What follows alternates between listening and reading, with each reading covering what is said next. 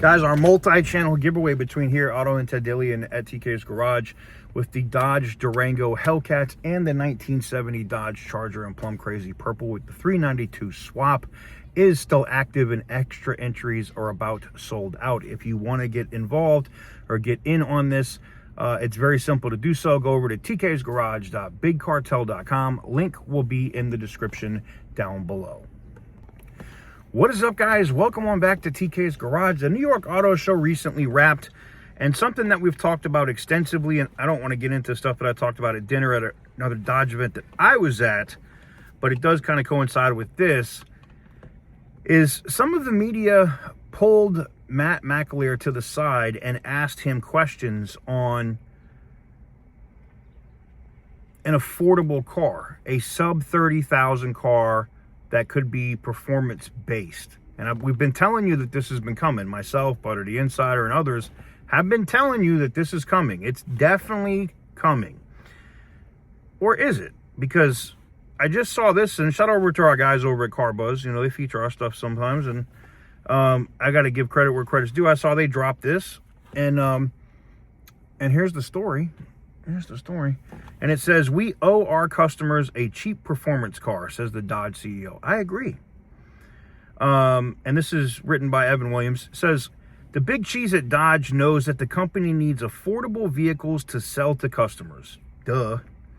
It's something he's known for a very long time. The big question is whether he can deliver on affordable price vehicles that not only get you from point A to point B, but do so with style, attitude, and performance. It sounds like the perfect non-answer to a difficult problem." Not really. So at the New York Auto Show, The Drive asked CEO Matt McAleer if he still thought that there was a market for affordable, fun cars. We know that there's a market. The market is craving it. I don't think Matt can get the R&D team to push this fucking thing out fast enough. I'm telling you right now. And it's not just, let me also tell you, it's not just for Dodge.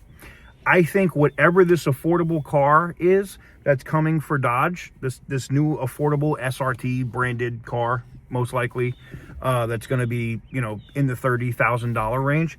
I think not only are you going to get that there, you're going to get a, I don't want to say rebadge, but it might be slightly different design, similar to what the Charger and the Chrysler 300 was, right? Same car, different body, right? I think we're going to see the same thing with Chrysler and Dodge. Matt, I don't think, is going to waste time with Chrysler. Unfortunately, we had a CEO there that was not a car person. I'm going to try to be nice here and not use the R word, but not a car person, okay? And I don't think knew head from ass on how to run an automotive company, but that's just me, okay? Seeing what I've seen from Matt knows how to play the political game. He knows how to deal with the media, but he knows he's a car person. The same way that Tim Kuniskis is a car person, the same way Antonio Filosa is a car person, the same way that Bob is a car. Like, all of these people that you see that are in charge of Chrysler, Dodge, Jeep, and Ram, and some, you know, Fiat, whatever, Alpha now, because Matt's got Alpha too. I think because they are car people, it's going to give this company an actual chance. Because if they weren't car people, I'd be shorting the stock. Straight up. If it was still, you know, Carlos Tavares at the helm and his minions of fucking retards, I'd be shorting the fuck out of the stock. I can tell you right now. But I'm not. I'm heavily invested into it because I know what happened. Is the market always going to respond? No. But seeing what, I'll give you an example, what Tim Kuniskis and Matt have been able to do in a very short time, and Tim especially at Ram, right? He was very lucky that certification hadn't expired for the 5.7 e-torque, and was able to immediately put that back into a Ram, and it instantly jump-started the company to turn things around. I think Matt, I don't think it's like, don't go revive the Dart, that Fiat shit. Like, I think he has the ability to put that 2.0 Hurricane, that 3.0 Hurricane in a cheap, affordable, you know, STL, a mid, small frame and sell the shit out of it. Like maybe this generation's K car, but with performance. That's the thing. And here's the thing, it doesn't have to be a world beater. If it Matt's not gonna like that I'll call it this, but even if it's a food stamp M340, right? If it's an SRT 4 or an SRT 6, I'm telling you right now, if you put the standard output Hurricane in something the size of a Neon or a Dart right now, that thing would be spanking asses on streets and tracks all across America. Not just because you can just upgrade the turbos and build that Hurricane up, but you could literally have a 6-cylinder, standard output Neon, Omni, Duster. That's what we're hearing. And I think you're going to see all these Plymouth names come as SRT models. But you're going to see, one of these names come out for this cheap car.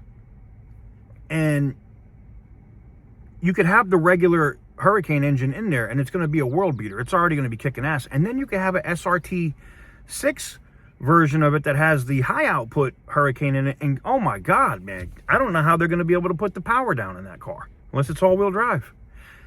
I think they can do it. I think Matt wants to do it. I think Antonio Filosa wants to do it. We've seen what this company can do if you think back all the way back to the Viper, right? They think outside the box. Now, I've heard the complaints and I've heard the people saying, well, they did a small performance vehicle and it was the Hornet. That was fucking garbage, okay? You took an Alfa Tonale, which you had to make in Italy, and then ship it in, and tariffs killed that vehicle. Not to mention all the other issues that it had, okay? People want an actual Dodge. The Hurricane engine, while they may use it in a Maserati in the future, maybe they'll use it in an Alfa, I don't know. But that's a Dodge engine. It's not an Alfa that they threw a Dodge label on. Do you get it? This is what makes this different. And this is why I truly believe it's no surprise today on Instagram, they're showing an old picture of a Ram, which, by the way, I believe that is the last body style from Ram that the Rumblebee was in. Coincidence? I don't think so. And they showed a Neon, an affordable SRT 4. Coincidence? I don't think so. They wouldn't share that on Dodge's page for shits and giggles. Ram also responded right away in the comments, by the way. But, yeah, I think the next 90 days, 90 to 120 days are going to be exciting, not just at Dodge, but also at Ram. So you better buckle up. Let me know what you guys think in the comment section down below. Give the video a big thumbs up if you like what I do. Hit the subscribe button if you haven't already. And as always, stay petty, my friends.